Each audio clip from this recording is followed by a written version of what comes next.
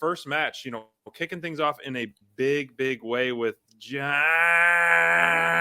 Moxley and Roosh.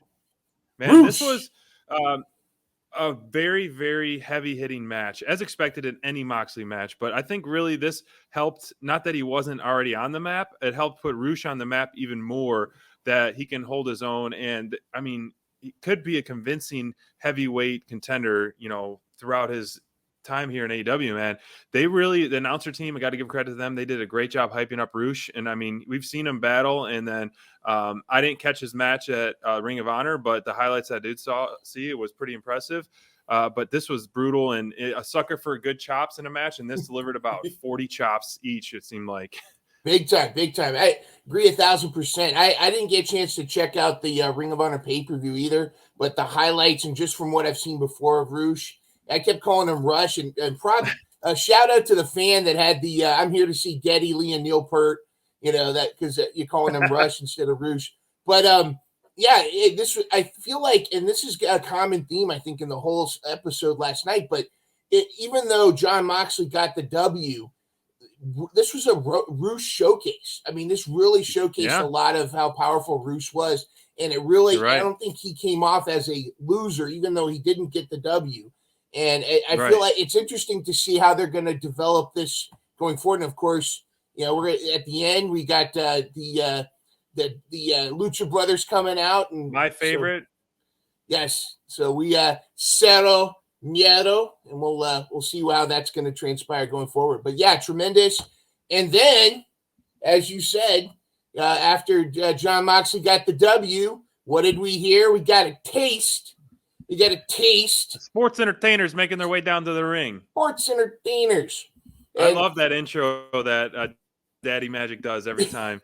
I hear he does it live, or he does it live every time. Like he actually gets a hot mic and cuts it live. Or I don't know if that's true or not anymore, but for a while there, I think he was backstage, which is interesting. Did we get to see him at all? Was he the only JAS member that wasn't, or JAS member that wasn't seen?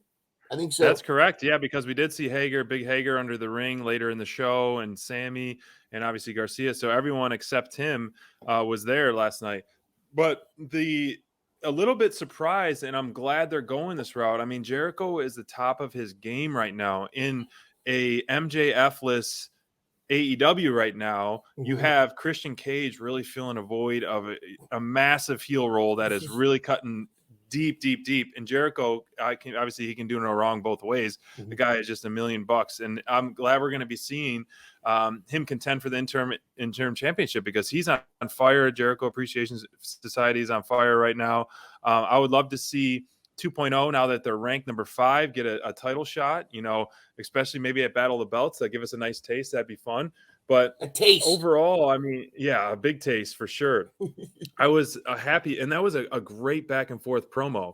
The addition of Anna Jay is a welcome. I think she was long overdue for a character change, and this is working. I think her mic skills are still very, very green, but her pairing with Ty Conti is going to really, it helped out a lot early on, and it's going to rekindle that as well. And I think she's going to work really well together, as Ty kind of carrying the load and the veteran and the experience with that. But the Moxley and Jericho back and forth promo was fantastic. And absolutely. I'm so glad they gave him essentially a blank slate of time and it wasn't rushed. Absolutely.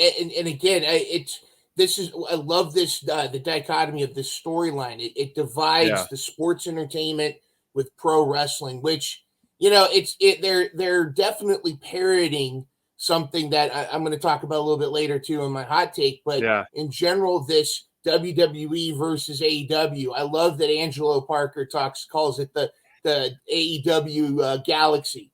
There's a lot of that tongue-in-cheek stuff, I think it needs to be said, because really, and truthfully, there are two kinds of wrestling, and we can enjoy both. But you've got that sports entertainment side, and then you got that pro wrestling side that Moxley gets into.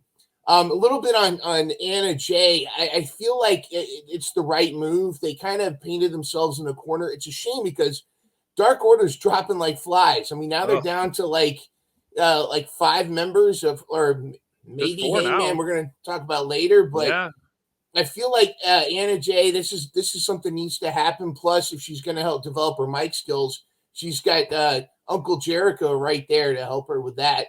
It's interesting that she's now called Anna J Ass, I think is what it is, or J Jass. Yeah. I think that's gonna. Yeah. I don't know. She might want to rethink that part, but I feel like this is going to move forward. Plus, I feel like we're going to talk about another set of new titles that got introduced tonight, but I feel like down the road they're setting things up for women's tag titles, and they needed Ty J together before they pulled the trigger on that.